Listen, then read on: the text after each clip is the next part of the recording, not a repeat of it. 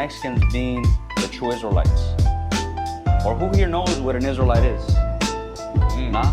That's crazy. That's crazy because I grew up in church and had no idea what an Israelite was. Me either. I've never. My dad's a pastor. Today in 2025, now we have the new term. I don't know if you guys have heard about it. Latinx. It's the same as black people. Exactly. At the beginning, we were Negroes, then went to colored, then nigger, then Afro-American, then African-American, and then American black, and now we're just American.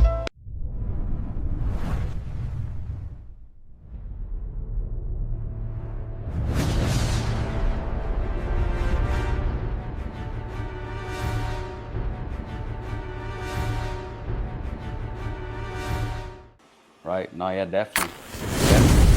So now we already established, right, how Christ looked like, right? A little bit of some of the commandments that we're not being taught, like, for example, the fringes and how this goes back further, right, into our real culture. Now, let me ask you guys, who have you guys ever heard about the Mexicans being the true Israelites? Or who here knows what an Israelite is? Nah? Man, that's crazy. That's crazy because I grew up in church and had no idea what an Israelite was. Me either. My dad's a pastor. Yeah. Go figure. 7 and 6. Israelite, what is that? It's a chosen people. It's an actual nation of people that still continue on, right? And that's what we're showing you, that you are the Israelites. You're not Mexican. Mexican comes from the actual word Mexica. They just changed that into what we know now as Mexican. But yeah, the Mexica, you know what I mean? It goes, is deeper into history also too. Right. But the point of it is it continues to change. Even today in 2025, now we have this new term. I don't know if you guys have heard about it, Latinx. Latinx. We just heard about that. That's basically what, if we have kids, that's what they're going to be checking on that box when they fill out an application is Latinx. Yeah. They don't do the Latina or Latino because they don't want to offend nobody. So now they just put the X at the end. Do you see what I'm saying? And so when they grow, oh my bad, you're saying? No, I was just saying, I was adding what you said. So basically, when our kids grow up, and and when they grow up, guess what? They're gonna be identified as. I'm Latinx. What happened to Chicano? What happened to Mexican? It keeps changing over and over to further away from what our true nationality is of this Bible. It's the same as black people. Exactly. At the beginning, we were Negroes, then went to colored, then nigger, then Afro-American, then African-American, and then American black, and now we're just American. What the hell? Like our names keep changing. It's crazy how that works. I just wanted to show one thing really quick, right? Let me get 2nd Ezra 13. Because first let me ask, are there any questions? I know it's a lot of information, right? It's a lot. Have you guys ever heard this before? Never heard this. To some extent, but I mean, you're going on an even deeper level, going even further. Right. Would you say that this is news? Yeah. Would you say it's good news or bad news? I mean, it's always good to know more, It's good to know? If somebody if you didn't know you were a slave, if somebody came and told you you're a slave, give me John 8:32 real quick. And then give me the definition of captive. I got you. I want the Webster's dictionary. Everybody knows what the word captive means, right? Like to be captured, to be a slave, or bondage. That's what captive means, right? Read that. This is the book of John, chapter 8, verse 32. This is what we're trying to do with y'all. Ye shall know the truth. Christ said, you shall know the truth. And the truth shall make you free. Who's ever heard that before? You shall know the truth, and the truth shall set you free. Y'all never heard that? Yeah. Okay, in movies, right? But that's from the Bible. So Christ is saying, if you know the truth will make you free. Are we free? Is ICE chasing y'all down like a big dog right now? Are you free? Are your children free? No. Do you have the truth then? No, you don't. Because Christ said, you shall know the truth and the truth shall make you free. We're not free at all. California was Mexico. How are they kicking you out? Make that make sense. It don't make sense, do it? You're being racially profiled. If ISIS come in here right now, you have to prove you're an American citizen. Yeah. Otherwise, you're brown, you have a little bit of a accent to you, lock his ass up. That's it. Am I right or wrong? Is that how they're playing it? Yeah, that's how it is. So, okay, so you're not free then. So all these churches on the corner, kumbaya, want to lovey-dovey and put up Christmas lights, and they ain't doing nothing to show you the way out. That's the problem. Christ said, you shall know the truth, and the truth will make you free. You got the definition of captive? Yes, sir. Okay, I scroll got up. you right here. Yep, right there. He's going to read the definition of captive. Show them too, so they can see. So they I can got see you. we're not making it up. Right. The You wanna definition read it, of bro? captive in the Webster's Dictionary. Watch, read that. That's the second definition right there. Watch, read it. Held captive control of another, but having the appearance of independence. Having the what? The appearance of independence. So you can have the appearance of independence and still be Did you captive. check that out? You see? Second definition right there. So that's all. That's basically what we're saying. How we doing? So even though right now we have the appearance of independence, you can get a job, you can get a car, you can move You to can fly. Montana if you want to, right? You can do whatever you want, basically here, right? But are you truly free though? No, because you have your slave master's name, you got his language, you got his culture, you got his style of dress. Let me ask you, sis, did your grandmother or great grandmother wear pants? Have you ever seen them wear pants? I don't know. I didn't. You never met them? No. Okay. What about y'all? Have you ever seen your abuela wear pants? More like a dress, skirt, long. Because that's the culture, right? American culture is for women to wear pants. You ever heard the phrase, I wear the pants in this house? That means that's the role of, I'm gonna ask this guy right here. Can I ask you a question, my guy? You ever heard the phrase, I wear the pants? What is that? Who is that title for? Is that for the man or for the woman? Usually the man. Because pants were made for men. But America put the culture of women equal to men and all this other stuff, when no, there's a difference, right? There's a big difference between men and women. So those are the things that's been put on us and why we're separated. But when we come back to understanding who we actually are in the Bible, then things change, all right? Yeah, ay, ay, reliving the book of the Acts. I carry my cross on my back. My homies still stuck in the trap. Going hard, ain't no time to relax. Keeping my mind on the throne. Applying the stuff I've been shown. So I wanted to show y'all this in 2 Maccabees, or 2 Esdras really quick. So we're not free, right? We're not. Because everything that we do has been taught to us from that time. So how did his Mexicans or Native Americans, how did they come to this side of the world? How did they get over here? Do you know? Do you know? Do y'all know? It's in the Bible. It's in the Bible. You're Catholic, right? So the Apocrypha is in the Catholic Bible. So and it's a part of the Bible. It's supposed to be in there. So we're going to read out of there, and we're going to show you how y'all got over here. All right? Read that. Before or after the conquest? Before. This was before. See, way before. way before. So during biblical times, the Assyrians took the northern kingdom, which will be you guys, right? Took you guys into captivity. The kingdom of Israel was made up of 12 tribes. If you look at the back of your flyer, you'll see 12 tribes in the back. So right here, right? Mm-hmm. The first three is Judah, Benjamin, and Levi. Okay? Judah, Benjamin, and Levi right there, sis. Yep, right there. At one point in time, after King Solomon was king, his son took over, and the kingdom split. So then it just became two kingdoms made up of Judah, Benjamin, and Levi. That's the southern kingdom. And then from Ephraim on down was the northern kingdom. That was from Ephraim on down. And you see Issachar, the so-called Mexicans, right there. That's the tribe of Issachar.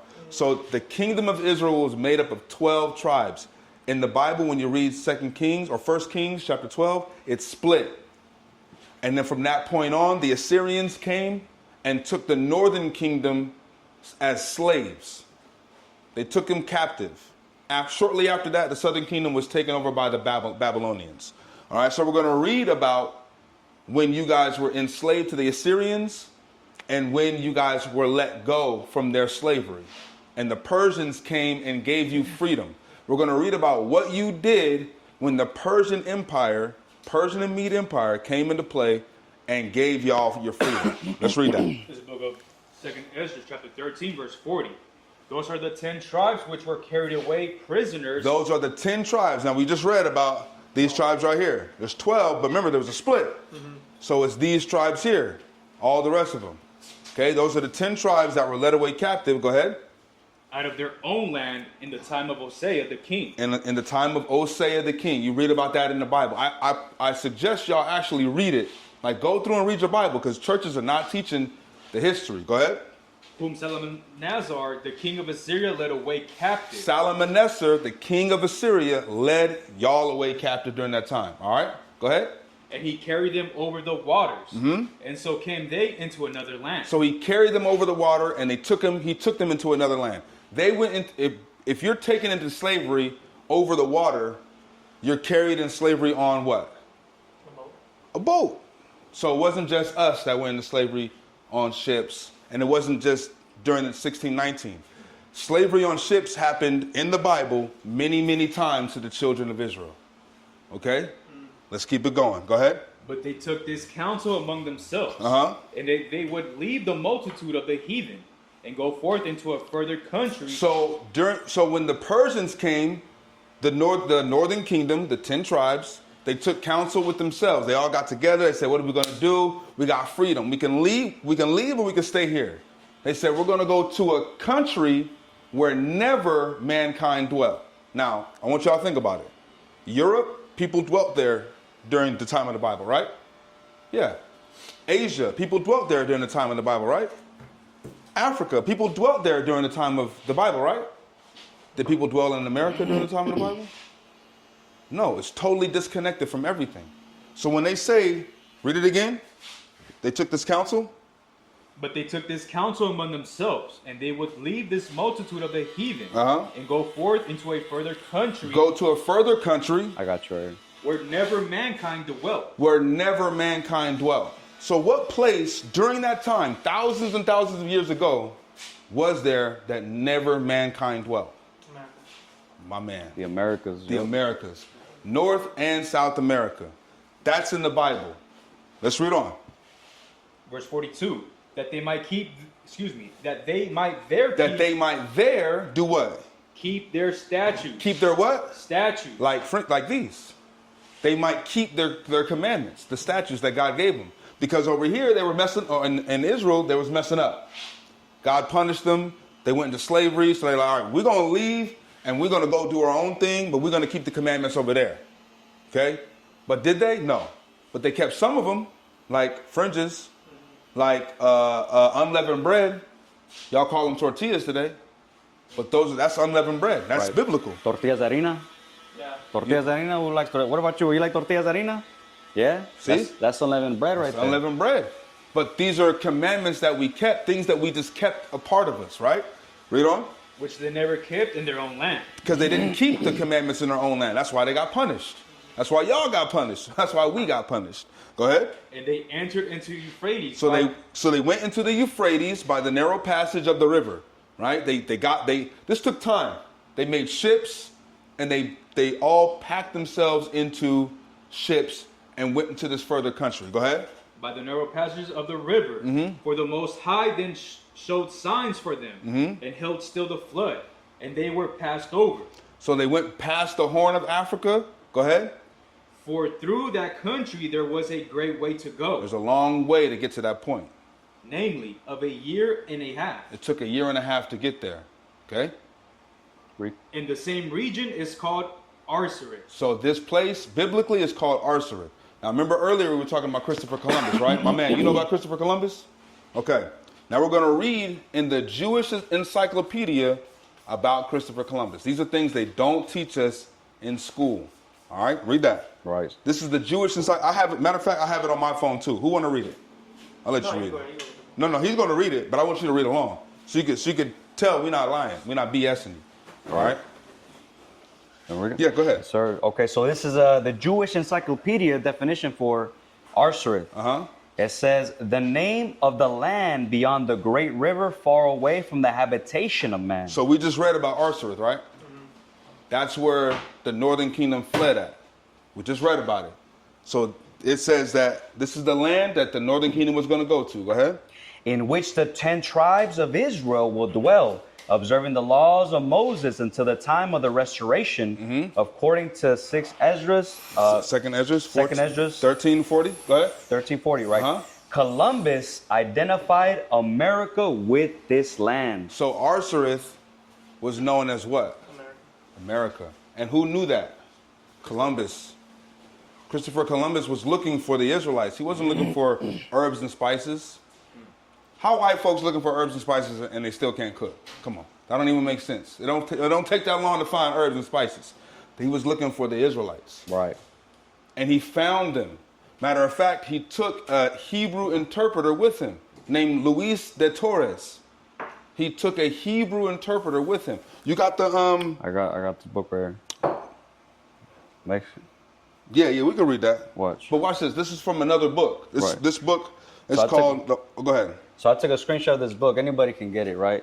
So this book right here is called The Origin of the American Indians. All right. So it's referring to the Aztec, Los Mexicas, right? All these different titles that they gave us, right? So now look. This is all the information. I'm sorry. This is all the information that they know about us, but they not going to tell us. You know what I'm saying? Go ahead. Right. So this is in page 88, again, from the book of The Origins of the American Indians. Jumping down to like the third paragraph, it says, the Mexicans are originally of the 10 tribes captured by Salmanasar. We just read that. We just read that in the Bible. We read that. Now a history book is saying this. Go ahead. Of the 10 tribes captured by Salmanasar and of the family of Issachar. That's how. Now we knew this before we read that book, but what does that say? Issachar is who? Yeah, that's our bloodline. That's where we come from. You understand what I'm saying? So it's important. Across the earth, the prophets move. From city streets to distant lands, the message is the same. Israel must rise. Through every quest, every journey, the truth spreads. No border can contain it. No distance can silence it. Our nation lives in every moment. In joy, we celebrate marriages. In sorrow, we honor our dead. On the Sabbath, we gather as one. Families rejoicing together, bound by the commandments of God. Yet are we tried. From the stones in Kenya to the hatred in Montana, we endure as a soldier of the Lord. And still, the mission expands. On the airwaves, on the screens, in every nation under heaven, Israel's voice is heard. We build our communities. We raise our children in royalty. We restore what was broken. We clean what was defiled.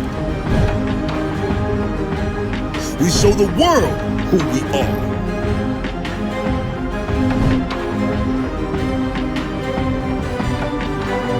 This is Israel united in Christ. Nation in motion. Nation endures.